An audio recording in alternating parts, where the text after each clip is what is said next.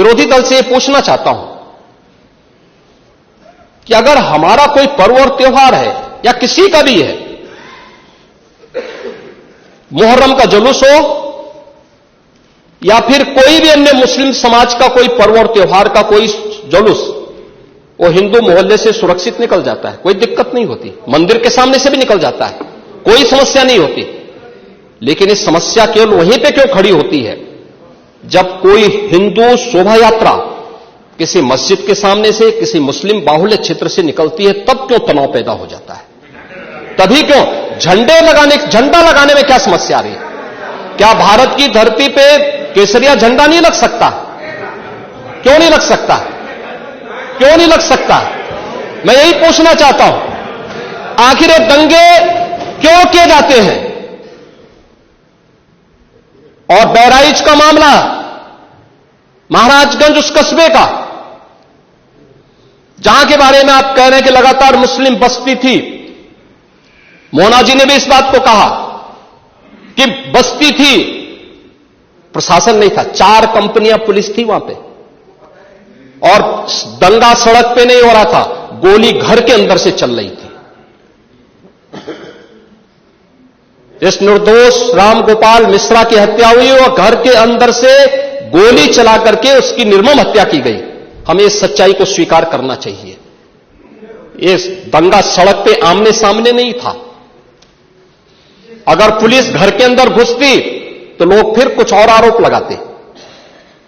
Police ने बचाव करने का अपना प्रयास किया, 4 कंपनियां वहां पे थी, और आप कह रहे हैं कि माननीय मोना जी ने भी कहा कि भारतीय जनता पार्टी के विधायक ने आरोप लगाए। भारतीय जनता पार्टी के विधायक ने इस हल्दी की घटना को लेकर के नहीं, इस महाराजगंज कस्बे की घटना को लेकर के नहीं, ये उस समय बहराइच कस्बे में थे, और बहराइच कस्बे में इनकी गाड़ी पर हमला हुआ, जो वहां से 30-35 किलोमीटर दूर है। वहां पे एक पथराव हुआ था।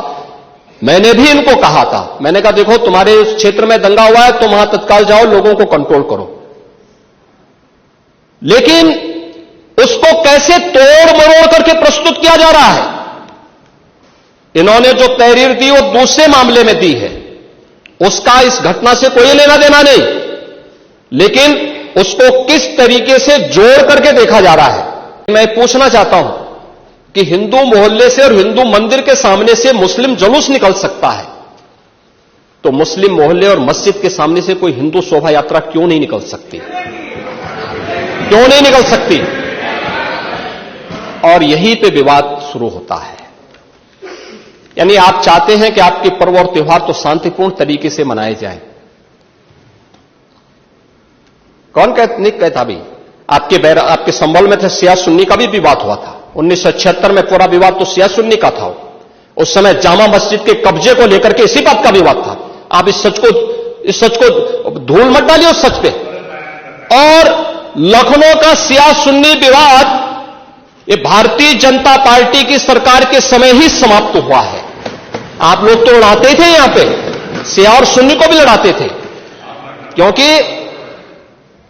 क्योंकि आपकी तो शुरू से ही राजनीति थी बांटने की और फिर कटवाने की, और इसलिए हमने कहा कि न बटेंगे और न कटेंगे।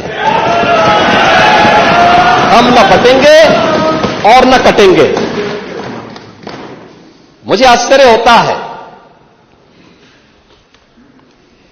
अपने को शिक्षक कहते हैं श्री संग्राम सिंह यादव, सच को स्वीकार करने की सामर्थ्य नहीं, इसलिए चले गए। आप देखें, एक दोहरे चरित्र के व्यक्ति के द्वारा जो अपनी कुछ पंक्तियां पहले लिखी गई हैं और बाद में उसका चरित्र कैसे बदला है। मोहम्मद अल्लामा इकबाल के बारे में वही कहते हैं, यानी जो पहले कहते थे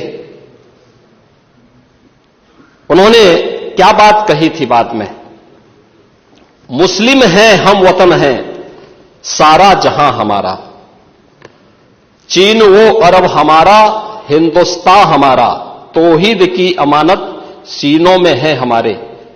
दुनिया के बुत कंदों में पहले वह घर खुदा का, तेगों के साये में हम पलकर जमा हुए हैं।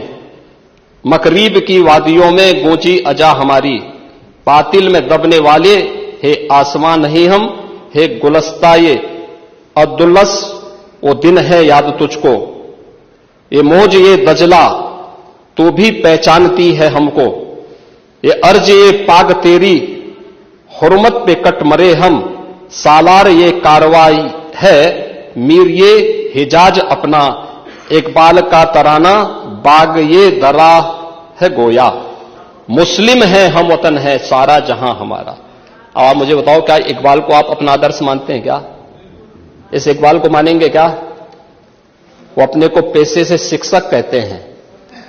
ऐसे शिक्षक छात्रों को पढ़ाएंगे तो दुर्गति कराएंगे ही कराएंगे। यानी इकबाल की एक कविता को यहां पे पढ़ करके और वास्तविक सच से आप धूल डाल करके उसको छुपा नहीं सकते हैं।